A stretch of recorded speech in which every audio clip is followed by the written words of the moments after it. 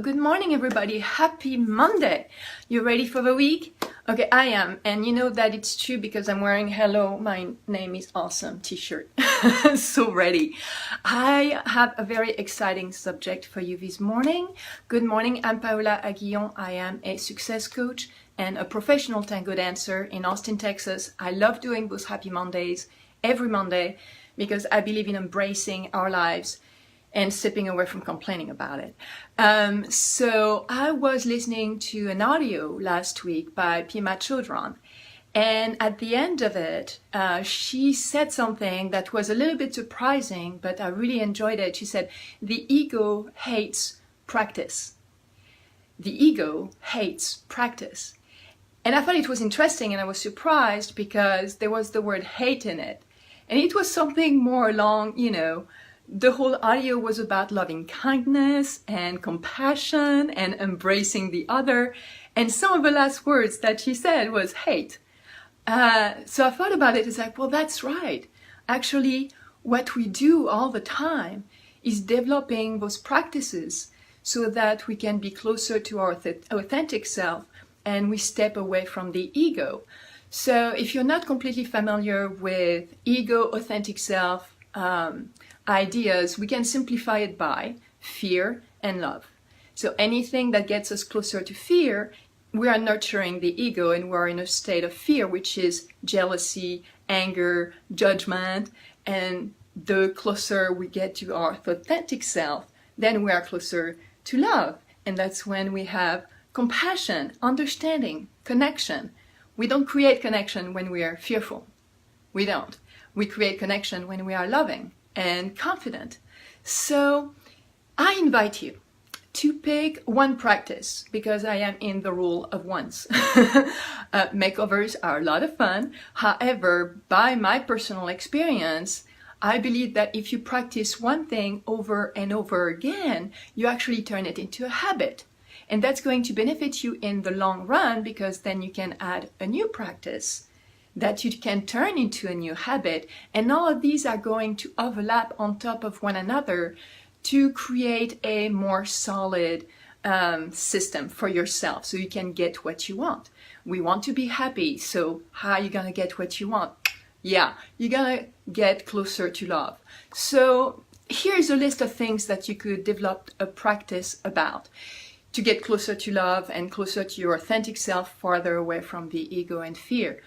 Let's say you pick practicing mindfulness, patience, awareness, compassion, that's a hard one, empathy, even harder, but it's worth it. All of those are little practices that you keep doing over and over again that are going to keep you closer to love and your authentic self and getting you what you want. I'm telling you, it works every time. Practice listening, that's a big one, especially when we look at the patriarchal system and men having to just fight their way through, having to be the one that talks the loudest and the biggest and the most. And listening is a great skill. Look at leaders, not dictators, leaders. Leaders listen. They listen, they eat last, they listen first, they talk later. Listening is a fantastic skill to learn about people, and when you learn about them and when you understand them, you can connect with them. Understanding, that's another great skill to practice so you can get closer to your authentic self. Spend some time understanding others. What is their position? What's making them tick? By understanding how other people function and what their reaction has been, you can actually create connection. Practicing understanding is very valuable, and you don't even have to involve feelings because with empathy it's a little bit hard because you have to connect at the emotional level. But if you're not ready for that, then you can go to understanding.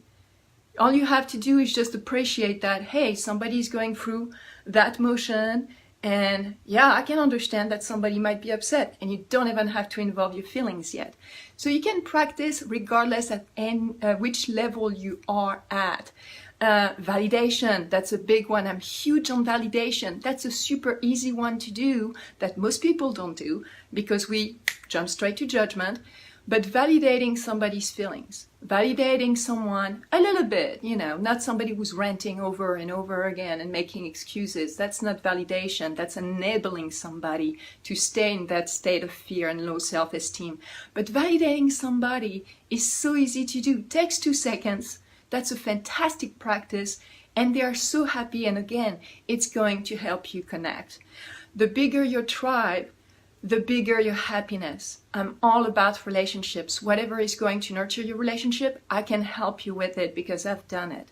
So that's the grocery list for this week. I highly encourage you, just pick one and practice it like for the whole week and see how it changes everything for you. Take notes, give me feedback. I love that. I love to hear feedback from people. Even 6 months later, they'll tell me, Paula, I had a session with you and that really changed things.